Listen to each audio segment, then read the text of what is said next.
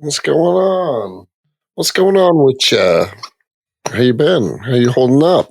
Pretty gooch manooch. All good in Nacho Town. Nacho Town. That's where I live. Dude, Nacho Mountain, bro. Nacho Mountain. Yeah. That sounds more evil, like if I lived on a mountain. Not that evil people live on or in the mountains, but I don't know.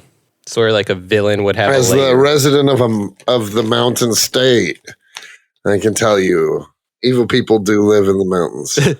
Wait, hold on. It's a mountain state. Is it called the mountain state? Yeah, West Virginia is like, you know how California is the golden state and stuff. Oh, West really? Virginia is the mountain state. I didn't know that. I would have thought that would have gone to some other state, honestly. I agree. Why? We live in the mountains of Appalachia. We're the heart of I'm not saying there's not mountains there, but what about Colorado, the Rockies? Yeah. What about Vermont, which literally translates to Green Mountain? Literally. I didn't know that. Yeah, that's French. There, Green, Mont Mountain. Damn, you're French, Jake. I didn't know it was called the mountain state. Yeah, it's us, the mountain state, baby. Well, hey, you know what? Today's topic takes place right in your beautiful state of West Virginia. Dude, I love this place, including the fleshy monsters. One of the first things I thought of while reading this, I'm like, there's no way we can't do a good segue for this one. Like, it's so easy to just get into. Yeah, It's super easy, especially because also one of the characters' name is literally Cody. Oh yeah, yeah, exactly. Oh yeah, that's the same thing that's going to happen to me. Yeah, you're gonna. I'm gonna huff that white coal.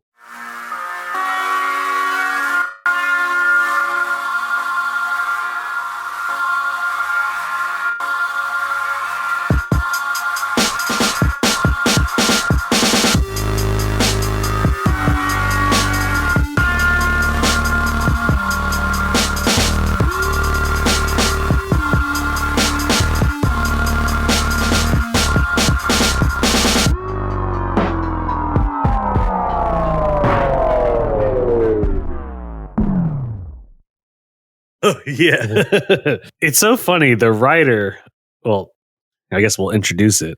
Yeah. Let's get into it, boys. Yeah. Let's skip the, get right to the brass tacks. The pleasantries. We don't need to do any You already bullshit. know who we are, and you already know what you're listening to. Exactly. But if you're a new listener, welcome to Comics and Chronic. I'm Jacob H. I'm joined by Anthony Iannaccio and Cody Cannon. Today we are talking a comic book, Redfork, published by TKO, written by Alex Paknadel and art by Nil Vendrell. Yes, sir. It's funny, you would have thought the writer was from West Virginia because... Right? I did the research. Yeah, when I was reading it, I was like, dude, like, is this guy from West Virginia? But he's from London. Yeah. Yeah. Yeah, he got it so right. Yeah, even down, wow, even down to the Tudor's Biscuit world. Yeah, dude. Literally, when I got to that panel and I saw the Tudor's Biscuit, I was like, "Oh shit, Tudors!" Yeah, Tudors, man, represent. Yeah, I thought the whole time I was reading it, I was like, this guy definitely lives in West Virginia, or he's from there in some way. He has family.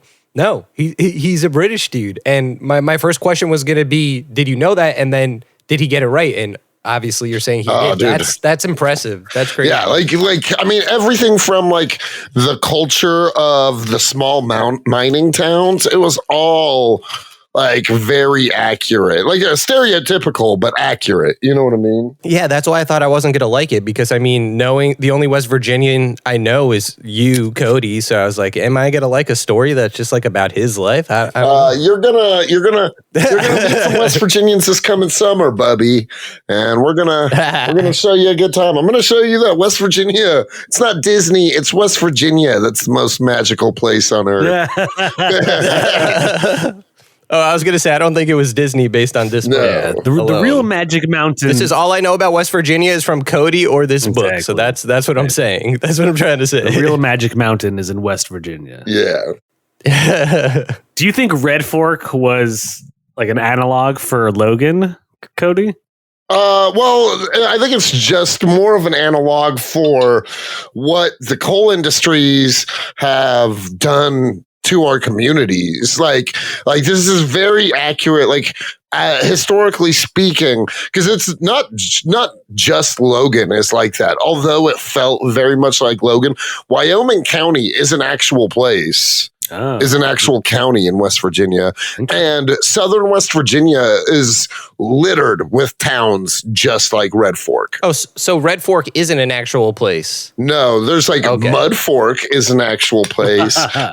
There's like Fork is like a very common name in West Virginia, the area of West Virginia that is being displayed in this comic book is the southern coal fields, which is like spreads across multiple counties and is basically like the culture of many towns, especially like looking into this book takes place in first half is 06, or the start of the book is 06, and then the bulk of the book is 2012, which is very accurate, like to the time frame of the downfall of the coal industry. Because when I first moved to West Virginia, Bush was still in office. It was 2004. Bush was still in office. Coal was feeling its second boom, or maybe like one of its last booms. I don't know if it was the second. I think the second was more of like in the 90s. But yeah, it was in another boom, and it wasn't really until like Obama came into office and the EPA tightened on coal and natural gas kind of took over as a source of fuel, as a more effective source of fuel, that the coal industry started declining. And that's what you're seeing in this book is what happens, what was going on. The coal industries were declining, so they tried to keep the mines open. They were laying people off left and right. Yeah, incredibly accurate. Like, witness this kind of stuff firsthand. Yeah, I was gonna say, I'm glad you know all about that, because I mean, I'm joking when I say like, I thought I wasn't gonna like this book because of you Cody. That was a joke. I don't know if you but I'm being honest when I say like I really don't know much about like what goes on in West Virginia and this coal mining history. And so like reading the book, I got the idea that like you've seen plenty of movies, I want to say. Maybe it doesn't take place in West Virginia where it's always like the town versus the corporation. Yeah.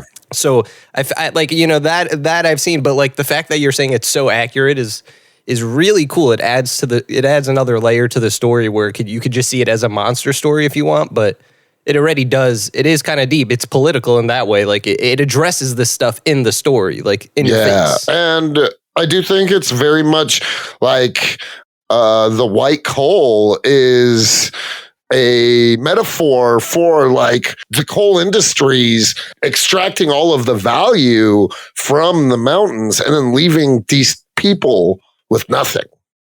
It's honestly like really tragic. West Virginia's got a tragic history behind it. Dude, that's why we need Cody. And it's kind of like in the book, like that like the relationship they have with the monster, where it's healing whatever problems they have, but it just like you have to rely on it. You're like an addict, basic. Like they call it like the tar that you learn about this that like comes out of this guy's body is like their mother's milk. Like they need it to survive. Exactly.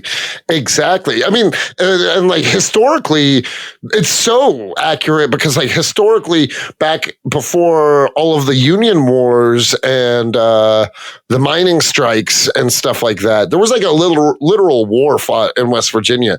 One of the few places where the U.S. government bombed its own people. Oh, shit. Well, actually, I don't know if it's few. I feel like it's like as I'm getting older, I'm hearing about this kind of happening all over in every town, like I heard it happen in Philly, you know, Black Wall Street in Oklahoma, like in Tulsa. Yeah, exactly. So, but it is one of the instances of the U.S. government bombing its own people. And didn't you say? I remember you and Booms once told me that during like the times of the Cold Wars and everything that you pretty much can only buy from stores owned by the coal industry. Yeah. Exactly. So the coal companies, they would buy up all these properties. They would build the houses. They would own the stores in the area, and they would pay the miners in these things called scripts. So the miners could only use these. Basically, they were like indentured servants. You know what I mean? Because they weren't getting paid in real money. They were using these scripts at the stores owned by the coal companies and using these scripts to pay the rent to the coal companies. So very accurate in the sense that like these creatures were dependent on the thing that was healing them and giving them source of life. You know what I mean? I love that. Yeah, it was honestly, really, this book might be my single favorite indie comic we've done. Wow. It's also, I think, my first TKO book that I've ever read. Yeah, same here. I was going to say, Jake, you're the one who like introduced us to TKO. I never heard about TKO before you. Yeah, I've read a fair amount. I think I've read like 5 or 6 TKO books at this point. Sarah, Sentient, Savage Knights, and Good Night something, Paradise. Nice. Good Night Paradise is sick because it takes place with the homeless in Los Angeles. And like, dude, once again, like with this book, just living here for 6 years, like it felt like someone really knows LA the way they wrote this story in Good Night Paradise. And but I would say Sarah and Sentient are probably my favorite. Oh, and then there's the Banks and Pound for Pound. TKO does really cool like stories. Yeah, I would say just from this book alone, I would say that maybe TKO is the A24 of the comic book realm. I would say that. It seems fair. Yeah, this is also the only TKO book I've read, but now I want to read more TKO books. I want to read more from Alex Paknadel as well. Like his writing was amazing. Amazing. Such a good. Jake? Do you want to do the synopsis before we dive into the story? Yeah. So basically, this story takes place in, like as we said before, opioid ravaged West Virginia in a small town. Is it 2016? 2006 when it starts. It starts out with our hero as an addict breaking into a dentist's office for Oxycontin. Yeah, Noah McGlade and Cody McGlade, brothers. They get arrested. Noah does like 10 years or so and comes out. And then you start to see that the town has found a new weird, what's his name? Gallowglass savior that promises them. I love that name. That promises them healing and prosperity and wealth, and he can cure all their ails. And you find out that, I don't know what I'm trying to say. Well, so like the book starts out, they break into the thing, and while Noah our protagonist is looking for the Oxycontin, Cody is sitting in the dentist's chair, and you see the dentist like behind him with a bat, and you hear a ka-thunk, and come to find out Cody had like wrestled the bat from the dentist and struck the dentist, who was bleeding out on the floor. Noah's like, we can't let him die. But Cody, being the younger brother, he's scared and stuff. He's like, I don't know what to do. Noah takes the fall. And so that's why Noah goes to prison. Cody gets away basically unscathed. Which is really important to the story because the whole time Cody feels like he owes something to Noah. Yes. That's like his whole character. Like he takes care of his wife and kids while Noah's in prison. Even when he becomes a monster, he's still trying to help his brother. Yeah. And so, then cut to 6 years later when Noah gets out of prison, jacked as a motherfucker. Yeah. Someone even says he's like, you're the Hulk now. Yeah, cousin D or whatever. That the guy with the Donald, beard, his friend. Yeah, Donald, who is the spitting image of like so many people I know in West Virginia. You know what I mean? Just like that, thick, burly mountain man, Donald, and like you see right away that he's an addict, and the Oxycontin. Yep. Which is unfortunately, what's crazy. That's even like so accurate because around 2006, the pharmaceutical companies were dumping in absurd amounts of Oxycontin into these communities. Like they got sued over it. I don't think much came of it. I think, unfortunately, the corporations are going to come out on top. I think they paid a class action settlement, but that doesn't mean anything. Yeah, exactly. They still have money. Yeah, exactly. But yeah, they were dumping billion, like in towns of like 22,000 people, they were dumping like 56 million pills a year. Jesus, that's crazy. Yeah. Shit. Yeah. That's like intentionally keeping them doped up. Exactly. And then basically once all of this came to light, and you can't really get these pills around here, so all of the addicts start switching to heroin, which is tragic as fuck. So anyway, you get back, you come out, D-Ray helps him, picks him up from jail. And right when he's getting out of jail, you see the scabs, you see these scabs who Cody is amongst. The coal miners who are. Yeah, exactly. Yeah. And in this story, it's almost like you find out that the corporation is there not just to, mine the hills, but to the reason they stay in this town. Dark supernatural being at bay. Yeah, there's a dark force lurking underneath the mountain. Underneath that sweet coal. A Cthulhu-like thing. Yeah. Cthulhu-like, being. Right? Because it's like some weird dark, it just wants blood and people to Yeah. I like that horror element of it. Like everything Cody's saying is like, I think that's what makes the horror stuff work even more. Like it's so real, and then there's just this monster that's like a metaphor for something, but still a cool monster in that bare sense, Yeah, and it's so cool because in the scabs mess up in the mountains, they mess up and they hit a seam they're not supposed to, which causes an explosion. All real stuff that has happened in the coal mines with them. But instead of this, everyone dies, except for Cody. And Cody, of course, yeah, in tale as old as Cody fashion. Yeah, you can't kill a Cody if you want to. Yeah, not even a coal mine explosion will kill Cody. But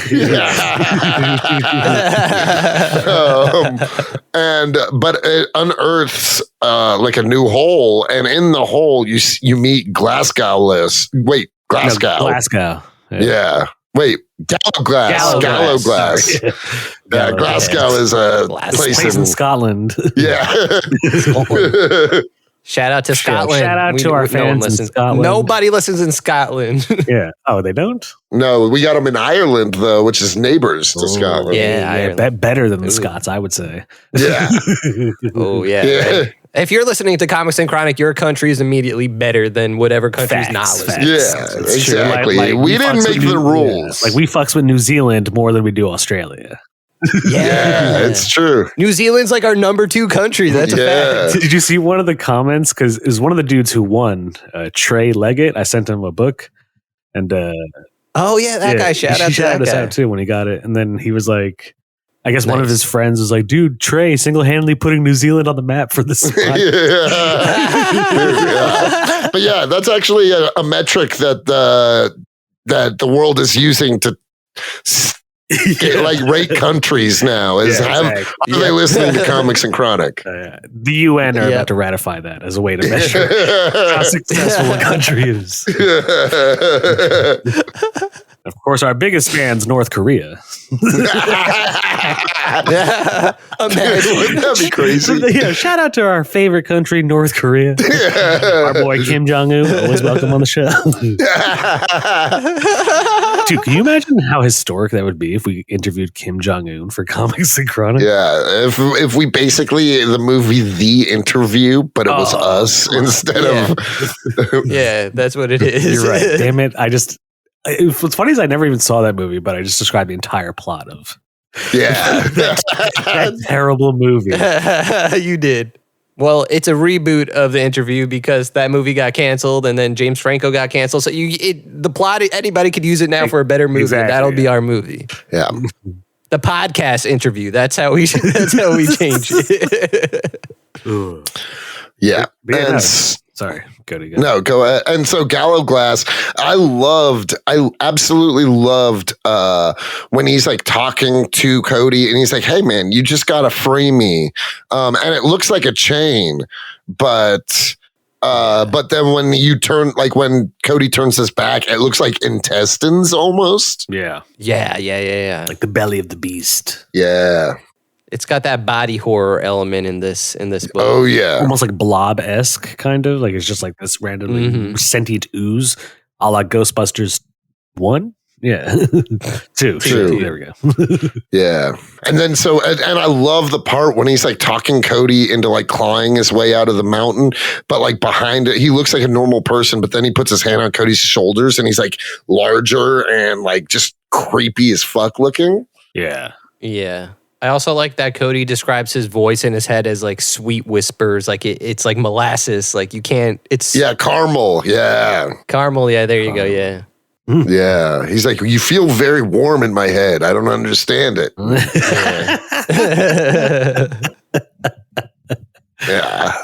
Us Codys, we don't like that. It's your weakness. Anyone can make you do anything if they talk like that. Yeah, exactly. It's our weakness. Hey, Cody. Oh, God. Oh, what can I do for you, Anthony? Huh? I didn't say anything. But so Gallo Glass, he's freed. They take Cody to the hospital, and Gallo Glass starts like going around town. First, he makes his way into Cody's and Noah's family home. Yeah, and you like, think dude, one was sketched out enough. Like, I'd be like, dude, get the fuck. I would shoot him. I feel like. Well, I mean, so he walks right past the sleeping mom, drags the dad out into the yard and exposes him to the white coal, which at first you think because all the animals start dropping dead around it. I thought he was dead. Yeah, you thought he was dying. No, but he was like healed, but not really. Yeah. Yeah. There's a cost. Big old cost. And it's cool. It's cool as these people, like Cody's the first to change, which I'm not sure if he was necessarily exposed to the white coal because he's not instantly healed. So maybe he is more like Gallo Glass in the sense that he's like something a little different because he seems to keep his consciousness about him the way Gallo Glass does. You know what I mean? Yeah. Well, yeah. Even later on, what does he call him? Like the project leader or something like that? The supervisor. Yeah. So yeah, you're right. Maybe he does have like some sort of, I don't know. He's almost like the Silvio to Gallo Glass. Silvio. I love that. Months after Sopranos, we're just going to be referencing the Sopranos from now on. I mean, that's that's what you should do in life. Listen, that's canon. If we talk about something in another episode, it's you're in charge of listening to that episode. Yeah. Coming back to this episode, if you've never seen Sopranos, listen, if we talk about anything, you got to keep up with the references. See Sopranos Summer. We're 100 fucking episodes plus. Listen to Sopranos Summer. Yeah, that's all we're saying. Yeah. Then come back to this part. So pause it there. Come back. No, but Cody also, like the first thing you see when he's in the hospital, like the doctor doesn't even believe it. Like teeth are growing out of like the roof of his mouth. Yeah, his tongue and what? Yeah, like sharp teeth, like fangs, weird, sharp, jagged teeth. But like all his skin is falling off, and he's like just disgusting and melted. Yeah, his hands like welded together now into like weird claw things. Mm-hmm. Yeah, playing the piano in his church, and he turns into like the fucked up monster. Yeah, dude, devastating. Once Gallo Glass, like once people, he starts, it seems like almost a cult. And Noah finds out about it because he's hired by Jane. What's the last name? Paisley. Yeah. The pretty much the CEO of Amcor Coal Mining. Yeah. And he's blackmailed by her to find out what's going on in the town. That she's like, something's wrong. We want to see it. And finds out that it's Gallo Glass, who you find out is her fucking like great uncle or whatever. Great grandfather. Well, great uncle. Her grandfather's the one who basically subdued, like left him down there. He like chained him up down there. Well, no, he traded him to the beast for his fortune and the coal. Yeah. So Gallowglass is kind of almost innocent in a way to all this. Like he didn't want anything to do with that monster, but his brothers were like, nah, like take him. But now he's like we said, the Silvio of the monster. So he's in charge of getting the monster fed. Is the monster Tony Soprano then? Yeah. The monster's Tony for Soprano, sure. Of course. Just like in the show. Oh man, fuck that. Tony's my hero, dude. Hey, to the people of West Virginia, this monster was becoming a hero. Oh shit. Yeah. I mean, not kind of against their will, but Yeah, see, Tony never. I was gonna say Tony never held a gun to someone's head. What? Tony never did anything bad. You're right. What are you talking about? Oh my God, help me. There were some really cool panels in this book, though. Like there was the part where Noah's going to talk to his ex-wife, and they're having a conversation, and you kind of read it in a circular path, that page. But they each have a cigarette, and they're flicking it at different moments. Around it meets hole. in the sinkhole in the middle. Yeah. That's a really cool thing because, like, I don't know, sometimes when I'm reading comics, maybe I'm reading before I'm really paying attention to the art, and I didn't realize there was a sinkhole until they said there's a sinkhole. Oh, yeah. okay. I was kind of reading around it in a weird way. Yeah, no, definitely some great artistic choices for like the way they use the page as a mode of telling the story, you know? Mm-hmm. There was even like when they show you the thing within the mountain and the tunnel that they dig a path, like you see it in the past when they're talking about Gallowglass and his brothers. You see it later on. Like you just kind of see like it's almost, I don't know, like a giant. It's like how you picture like how you would draw a like that's not how holes in mines work. You know what I mean? But the way it's drawn is like almost like how a child would draw like a cave or a tunnel. You know what I mean? Just really cool. And then down at the bottom, it almost looks like a big, like an eye or something, you know? Or a membrane. Yeah, just like yeah, a it mass. looks like very membranous. Yeah, like in a way, it's like a cancer on the town. You could say that too. You know, like I'm sure tons of people, you know, get is black lung like lung cancer, or is it just its own thing? It's its own thing. Okay, but it did seem like a mass or a tumor that was like inside of this mountain, and they were just kind of leeching. It was leeching from them, and then they started. Well, that's the end where they leech from it. Yeah, the end was crazy. Then it's cool because they don't actually like kill the monster or do anything. They have to like keep it at bay forever. Yeah.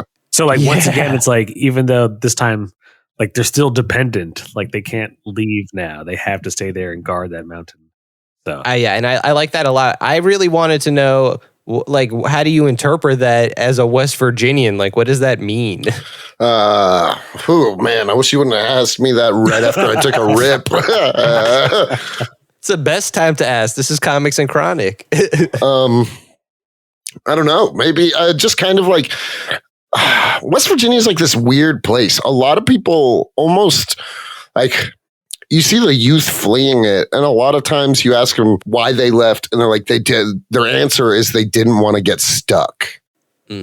Very much, you know what I mean? And I maybe it's just because like there's no industry or there's like nothing. Now that the coal mines have left, there's nothing. But like the old people are still here, and I don't know. So is that a way to interpret the story? Like, if there's no coal mine, there's really nothing there. Like, there's no life to be had. Yeah, exactly. I mean, which is kind of true. The coal industry left. They like purposefully fought over the years to keep other industries at bay, to keep the people poor and uneducated. You know what I mean? It's terrible. And it's also like, I know it's reality, and this is not just a story, but it kind of adds to the horror element of like, that's reality. And that's scarier than any monster. Like, you know what I mean? Yeah. Yeah, and I'm not trying to paint a picture of West Virginia like woe is us, and you know what I mean. There's like it's a beautiful state, and there's like people like people who really care about it, young people who are trying to make something of it. You know what I mean? But it's just a crazy. Do you think that's what his daughter represents? Not that his daughter has to represent anyone, but his daughter like just seems like she's on the straight and narrow, and like it's asthma that's tripping her up. But that's kind of part of being in the town. Like you got to assume she's getting asthma from like, you know, something bad in the environment, like the coal fumes and just everything. Yeah. And then at the end, like she's also, and again, maybe this is reading too much into it, or maybe this is just that, but just you talking about young people in general and changing, like she also has a girlfriend at the end. You know, it's a bit more progressive. It seems a bit more modern, like in a way that maybe the town's moving in a different direction. I don't know. And she goes to college outside of West Virginia. Oh, true, yeah. Very West Virginian.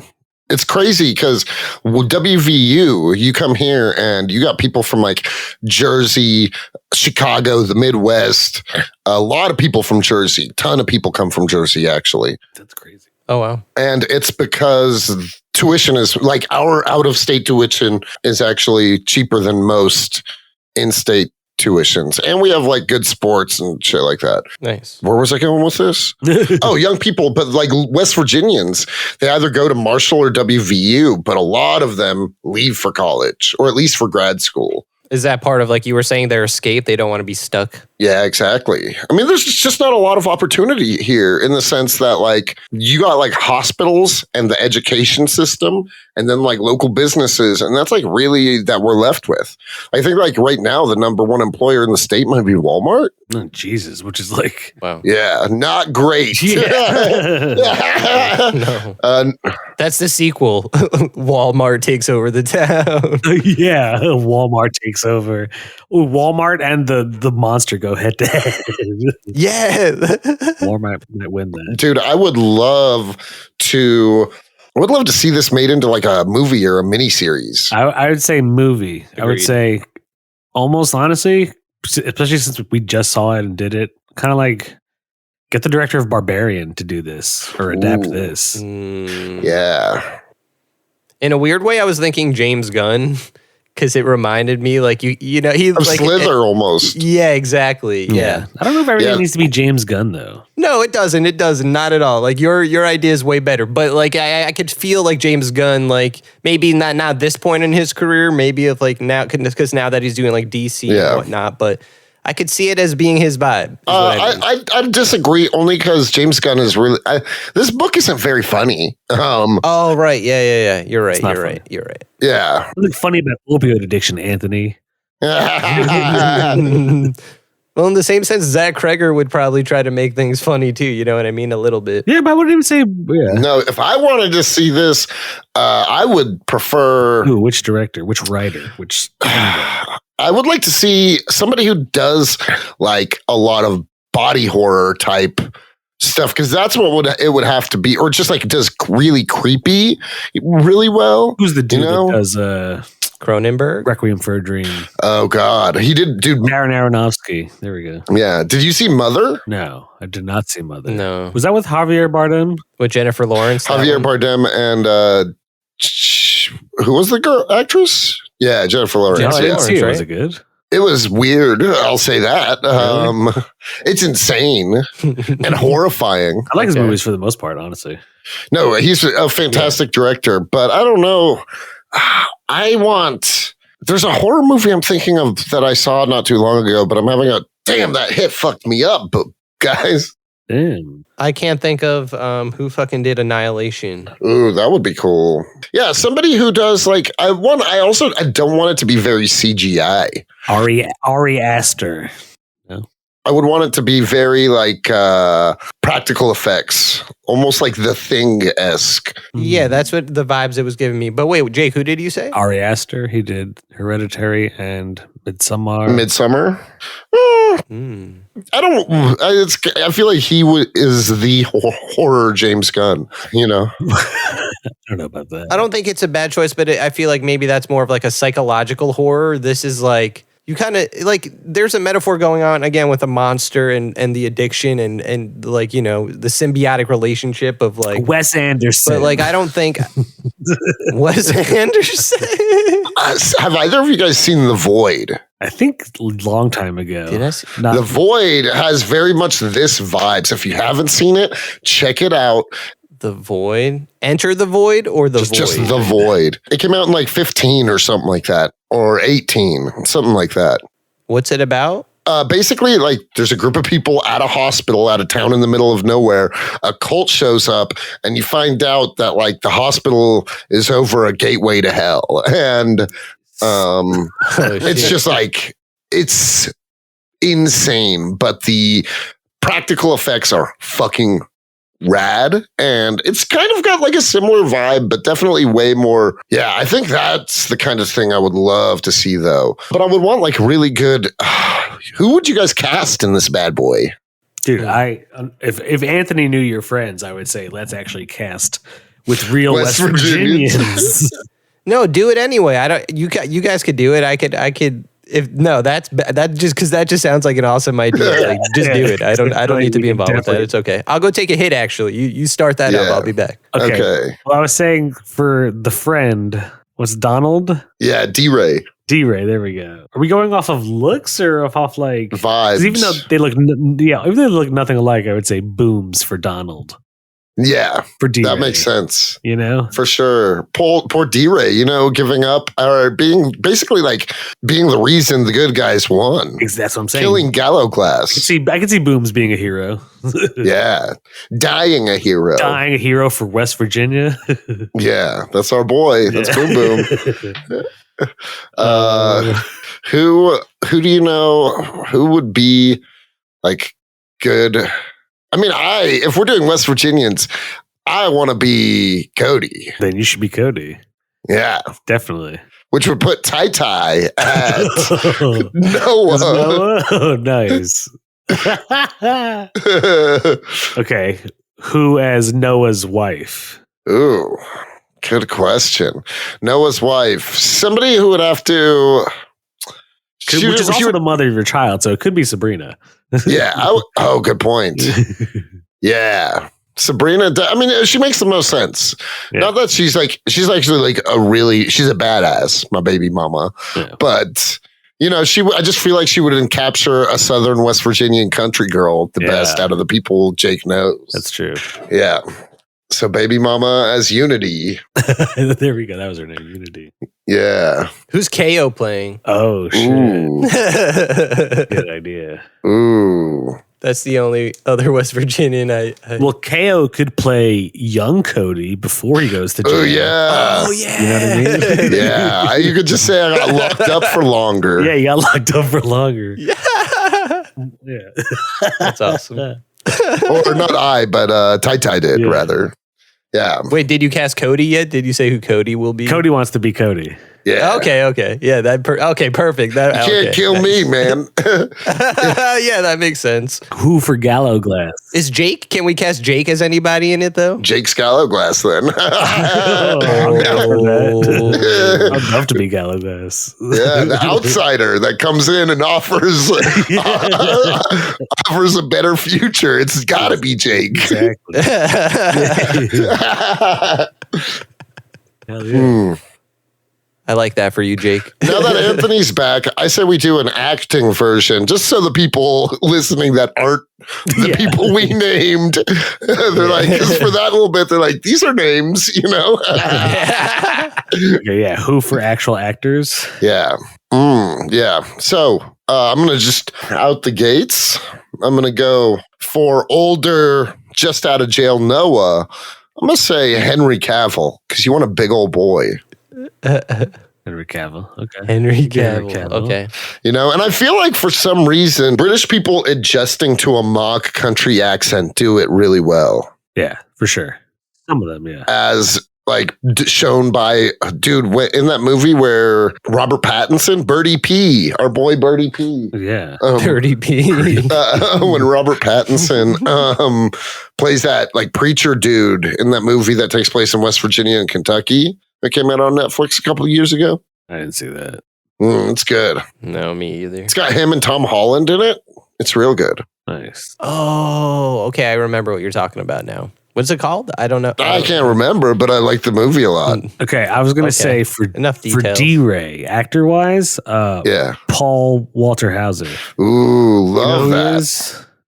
Anthony? Yeah. Walter Hauser. He's the Yeah, big he was that cop in something we watched, wasn't he? Oh yeah, this guy. Yeah, you mentioned him for someone else in another episode. I don't know who, but yes, this guy him is D-Ray. Yes, Okay. I could see that. He was in Richard Jewell, and you told us to watch that. That was a good movie. Decent, but it was good. I have a random one for Gallo Glass. I don't know if you guys had someone in mind. Let's hear it. Because he has like a big old red beard, right? Like that's like his distinguishing feature, Gallo Glass. Yeah.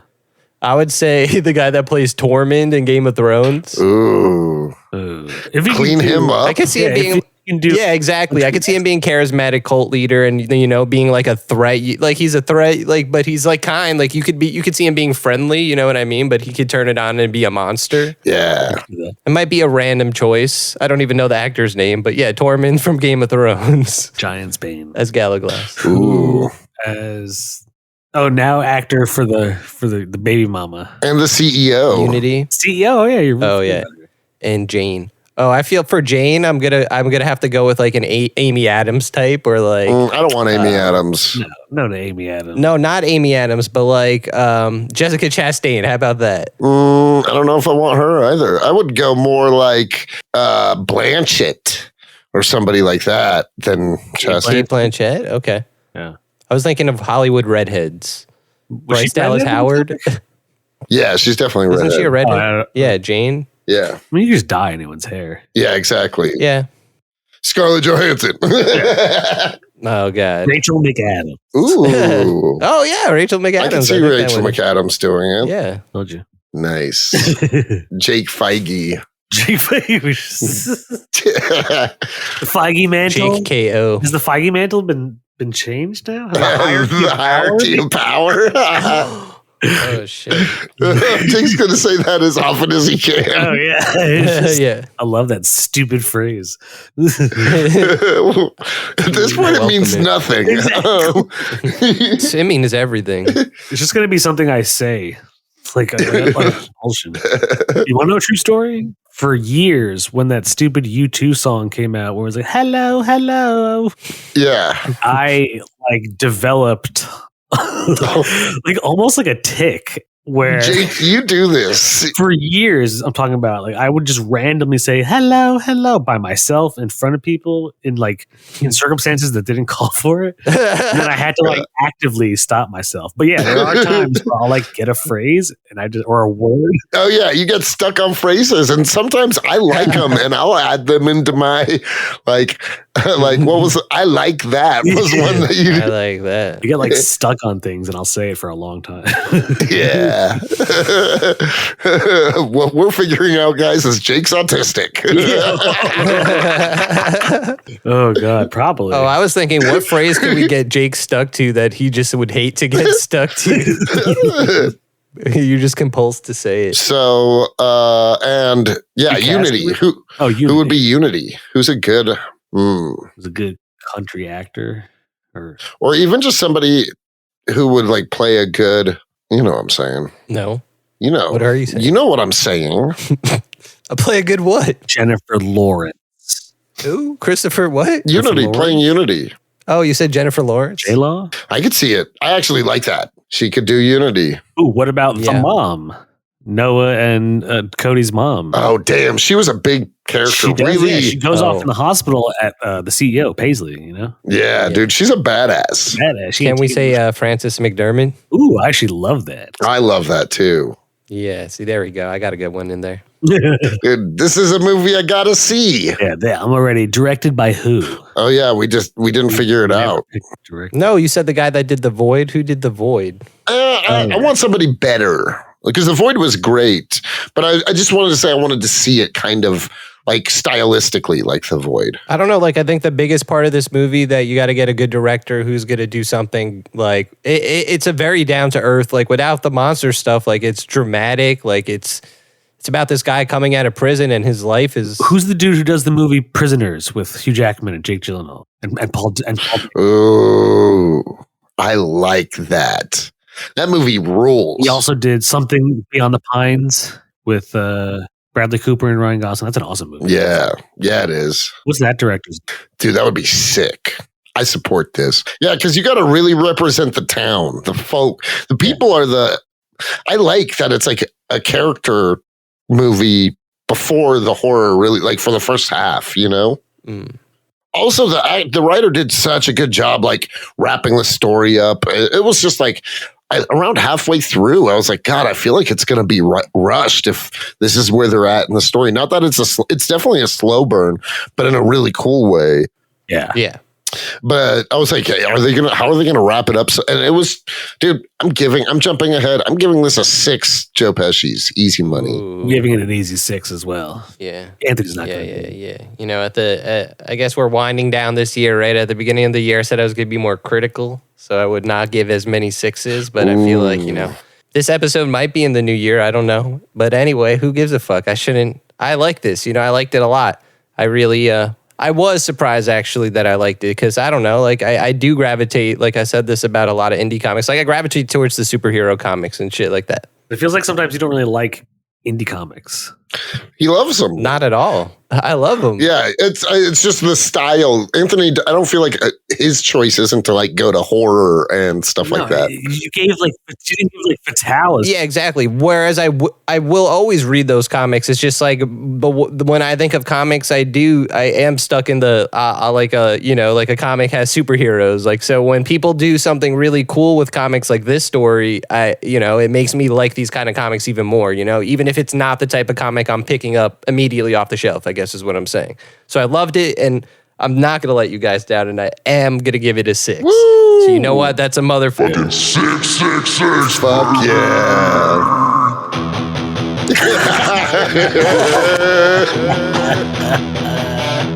Oh, hell yeah.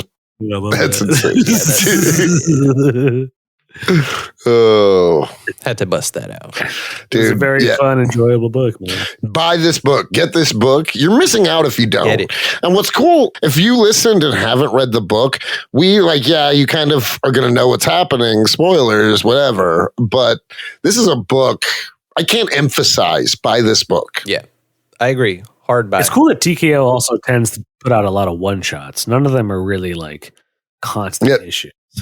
Yeah, it's like this was a mini series, 6. All their books, they end. They're like pretty finite stories. Yeah, I think it would be fair to call them graphic novels. You know, that's what they are. Like you're not even like, it is divided by like 6 chapters, or you want to say 6 issues, but it didn't come out in single issue format. These TKO comics are all like, that's how they come out. Yeah, which is cool. I like, because they're really well designed. Like, it's good quality paper. It's like a good size. Look at how big that book is. That's bigger than a regular, size. buy this book. Buy it. Here's my head. By Redfork. It's incredible. And not only that, I'm gonna look for these creators, the publisher, more of their shit, because I'm a convinced buyer. Yeah, thank you, Jake, for bringing TKO into our lives. Yeah, Jake is the real hero. Dude, I'm the gallow glass of the podcast. And the white coal is TKO Comics. But I really think it's awesome that we got your perspective on it, Cody. Like someone that knows the history and lived it and is there in West Virginia, like I think if you didn't know any of that, like it doesn't change how much I appreciate the story, but it just, It is cool. I think listening to this, you could get like a cool behind the scenes, like context for the actual comic. And, it might make you appreciate the comic a little bit more, I think, because now I do. I might want to go back and read it now that I know it's like official. Like, it doesn't matter that the writer's from England. Like, you're proving that he got life in West Virginia down. Yeah, this dude, he knows either he's been here or he did his research, and the Tudors alone is almost so specific that he would have had to have been here at some point. Yeah. Wait, sorry, what's that? What is that you guys are talking about? Tudors, you're gonna get it in this summer, dude. It's funny because it's insanely unhealthy. Possibly one of the unhealthiest things you could consume. but it is incredible. It's a biscuit the size of your head. Ooh, sign me up. As soon as you said unhealthiest thing you can consume, I'm there. Also, one of the greatest like hangover things you could eat. Oh yeah, it's so buttery and rich. Many times have I been hungover in West Virginia. We've gone to Tudor's. Yeah, every time a comedian comes through the state, I'm like, we're going to the biscuit world, baby. Nice. That's what it's called, is Tudor's Biscuit World. It's a literal like realm. Yeah. Oh, yeah, exactly, dude. The House Tudor. Yeah, House Tudor. Yeah, that's what the show is about, actually. The show, The Tudors, is about the founding of the biscuit world.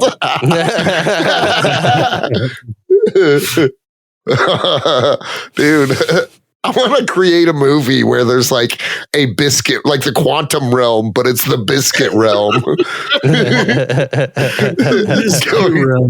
The biscuit realm. I mean, anything's more original than going to making a multiverse movie and then going into a universe where pizza is in a ball-shaped format. Yeah. Like, why? You know, Biscuit World already sounds more original. That really bothers you. What was that multiverse scene where red is green and everything? Yeah. Oh, man. Taking swipes at Multiverse and Madness. That's right. I loved that movie, man. I liked it a lot. Loved it. I would say second favorite superhero movie of the year. Dude, I'll say this. I saw Black Panther 2 again last week with my boy Oh, yeah. Ramon, Yeah. shout out, who actually won the Punisher Batman comic that he just shouted us out the other day. Nice. So we saw Black Panther again. And Oh, Jake is going to see comic book movies with fans, with commies. now I do. They won a trip to the movies with Jake. Nice. Fucking I know I gave it a 5 in the last one. I stand by the 5, but like it's pretty good up until like the final act. Yeah. Typical Honestly, Black Panther fashion. Yeah, like once yeah. Angela Bassett dies, like Shuri just can't carry the movie. I'm sorry. Like Solo Dolo. Yeah, I completely agree. Yeah. But Namor, I was still like every scene with Namor, I was like, oh, he's so awesome. Like he was so cool and just Yeah, I rewatched it. I watched it with the boy. And Namor still is the best part about that. yeah, I stand by my 4.7. I stand by my 5. I'm still not giving it a 6. So go listen to our Black Panther episode. Should we take a moment and talk about the Guardians of the Galaxy trailer? Oh, yeah. let's do It came out like right after we recorded the holiday special Yeah. episode. Yeah, Looks pretty cool. Looks like a lot of people are going to die. I hope so. yeah, Yeah. yeah. I think. Okay, do you guys want to like not? We're not going to bet anything, but do you guys want to place bets on who's dying? A Deadpool of Guardians of the Galaxy 3. Let's do it. Deathpool. I would, Anthony has Definitely Drax. Drax. I think. Yeah, Drax is my pick. Yeah, contractually, his thing is done. Yeah, we know he's done. He said it. Mm. I don't think Drax the character is done. I think Batista as Drax dead. Yeah, But he's the kind of character in the comics that traditionally comes back to life in a different form. He's already that form, but you could see him being like a larger. They could do whatever they want. Maybe not right away or even at all, but I could see him dying for. Is there like a female Drax at some point? I think there might be actually. I've seen it before somewhere. There's like a woman. Or it might be something where he transforms himself or something in one of the. There's a whole series where it's him, Gamora, Adam Warlock, and Pip the Troll, and they're the Infinity Watch. Oh, and Thanos probably is part of their team at some point. So it's something they could do in the movies, like, right? Even if they don't decide not to do more Guardians specifically, they could be like Infinity Watch and all this other stuff. Like the Infinity Gems could come back, Thanos could come back, Drax could come back if he dies. I don't see them killing Rocket, although the trailer seems to be leaning that way. Looks like the Rocket will die. I feel like that's almost a purposeful That's true. misdirect. Yeah, exactly. Completely agree, Cody Feige. I would say I wouldn't be surprised if honestly Quill. Will dies. Yeah. Yeah. I think if there's going to be survivors, I think it's going to be the women. One of the women. Mantis and Nebula are staying around. I guarantee that. Like I think Zoe Saldana's done. Yeah, like I feel like Gamora could be done, or maybe like there was something with an interview where it seemed like she didn't want to do like these kind of movies anymore. Yeah. Yeah. Well, she's been doing Avatar and then this. And Mm-hmm. I just watched this show on Netflix where she's married to an Italian guy and he has cancer. Is it good? Actually, yeah, it was kind of Nice.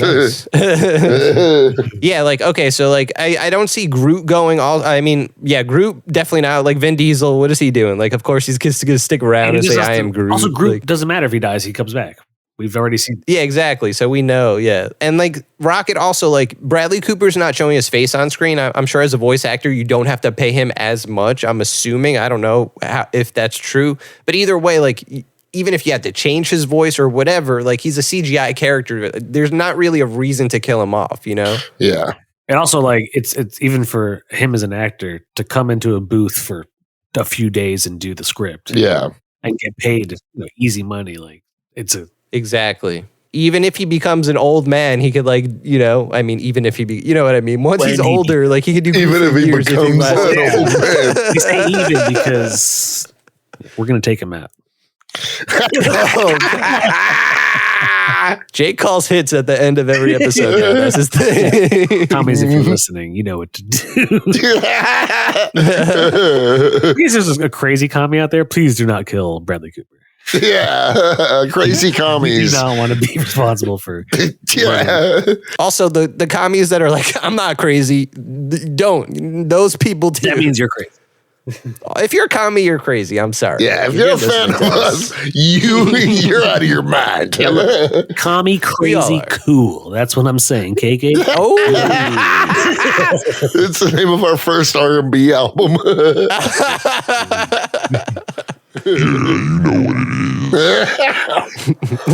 that's my R&B voice because my regular voice wouldn't be good for an R&B album. Got to get Cocaine Anthony in for from time to time. I love Cocaine Anthony. Class. Cocaine Anthony. Yep, except at his wedding. Except at his. Where was Cocaine Anthony then? Yeah. He wasn't invited, apparently. But yeah, Guardians, everyone's dead. James Gunn is over. Oh, wait, we forgot to talk about Adam Warlock. Oh, yeah, you got a little clip. A little glimpse of him. Little played by, what's his name? Poulter? Will Poulter? Will Poulter. Yeah.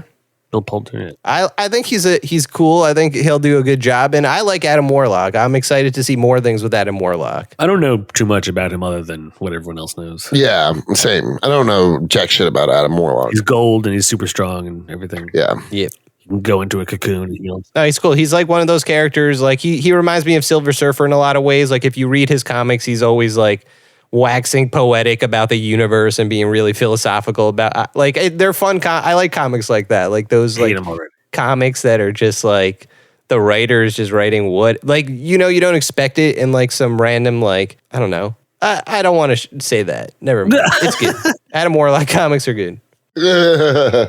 And yeah, it looks like it'll be James Gunn's last movie. I just feel like everyone's going for the most part. I'm glad. Yeah. I'm not glad, but yeah, it'll be a good. Well, I am. I'm glad that they're wrapping it up. Not everything has to go on forever. True. No, I agree. And Thor, we're talking about you. Exactly. Oh, you guys.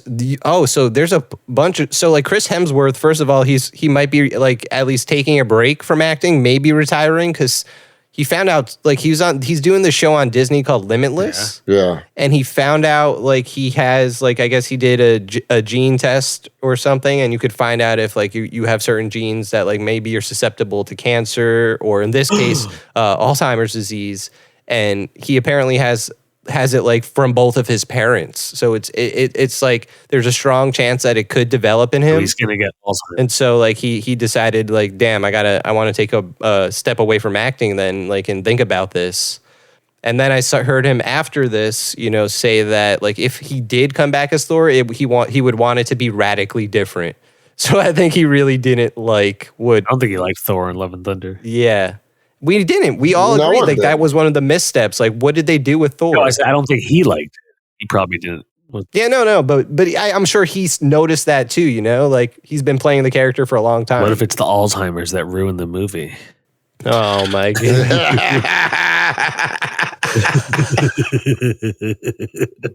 Oh man. Only Cody's allowed to make that joke. Wait, why is Cody allowed to make that joke? It's in his like stand-up. He has that joke about smoking weed and Alzheimer's. Yeah. Oh, really? You forgot it, didn't you? I haven't committed Cody's set to memory. You should. Everyone should. It's a classic. I know Cody's routines by heart, just in case he needs a stand-in. Yeah. I only know Sam's routine by heart.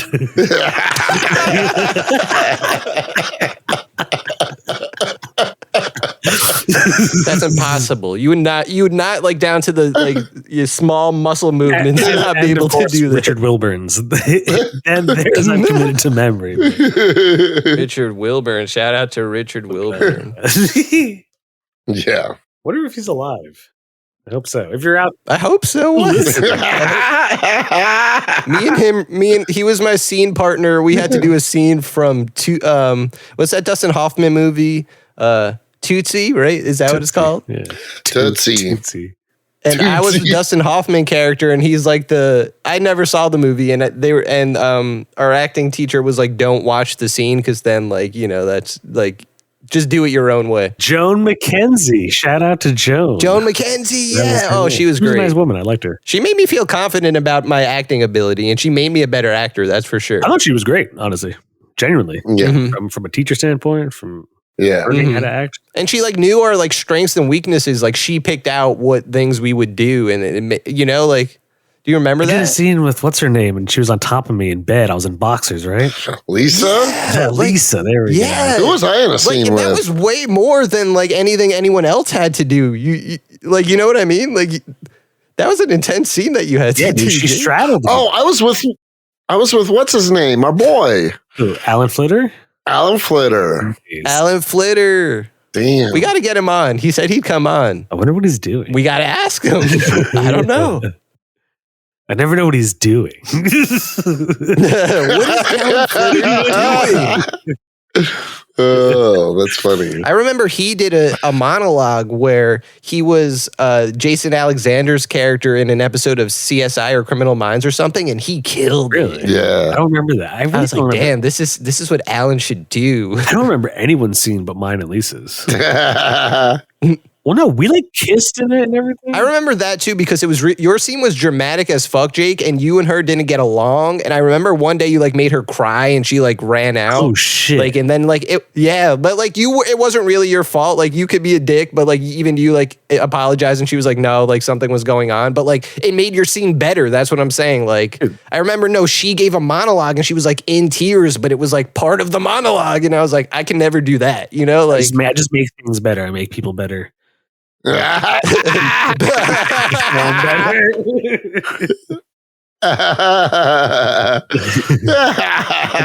to be their better selves. Oh man! Who taught you to help people teach people to be their better selves? It was Stephen Rosenfield. We know that. Yeah. God, no. He taught you how to do that. Hey, he taught us some things. I'll give him some credit.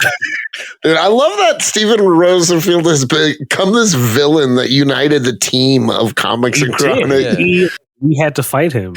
Yeah, he's our Professor X. Ooh, I don't know if I would give him Professor that. X, yeah, what? Fuck that. He's not Professor But tons X. of the X-Men hate Professor X. They're like, you're a dick, Professor X. I think he's more of our Thanos, and we're the Avengers. Yeah, exactly. Oh, okay. I don't look as Stephen Rosenfield as my. Yeah. I got more out of the improv and the acting than I did with just Stephen Rosenfeld's. And the writing. No, that I agree with. This part Stephen Rosenfeld's class yes. was honestly just performing in front of the class. His notes 101 were so useless. Yeah. Yeah, no. Don DeMeo, though, his sketch rating was really good. Yeah, it was all right. I don't like that guy either, to be honest. You didn't like Don DeMeo? I thought his class was great. Yeah. That was my favorite, obviously. He gave me a low rating. Yeah, well, you deserve it, Jakey Poo. Yeah. Don DeMeo was someone I could not push to be better. He was already his most awful self. Oh, no. Actually, no, that's not true. I like Don DeMeo. He just gave me a poor rating one time on our report card things. Bullshit report card things. I liked him. He was always he made me feel like I was good at sketch writing. I actually took a sketch writing class with him after ACI where I wrote a spec script for Always Sunny.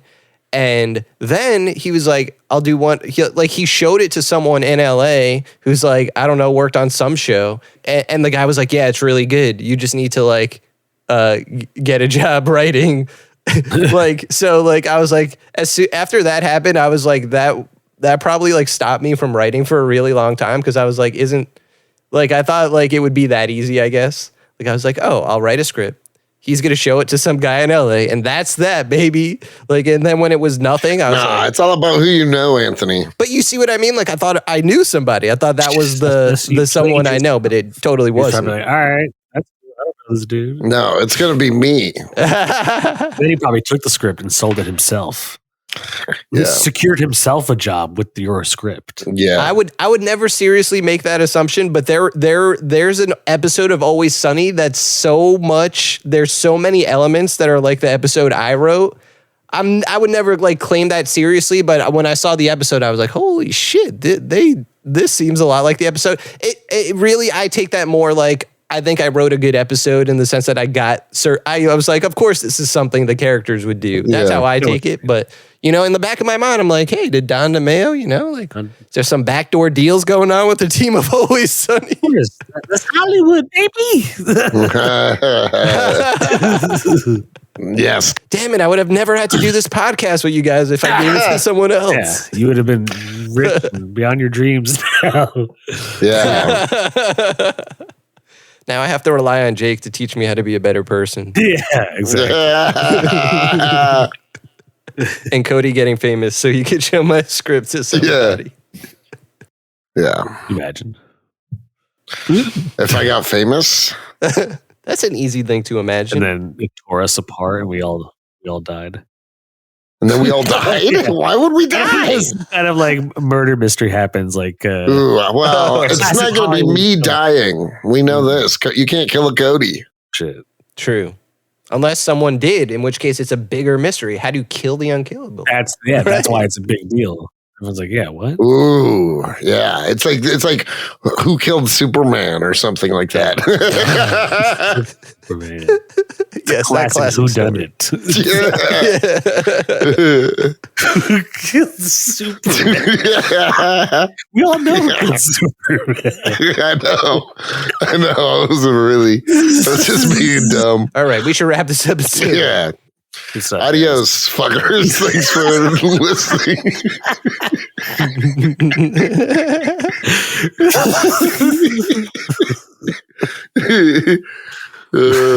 Hi, you're listening to Comics and Chronic, and I'm Jake FH. I'm Cody Cannon. And I'm Anthony Iannaccio. And you can tune in every Thursday to hear new episodes of Comics and Chronic. And make sure to follow us on Instagram and Twitter at Comics and Chronic. That's comics, the letter N, Chronic. We'll see you guys next week. Woo! Peace.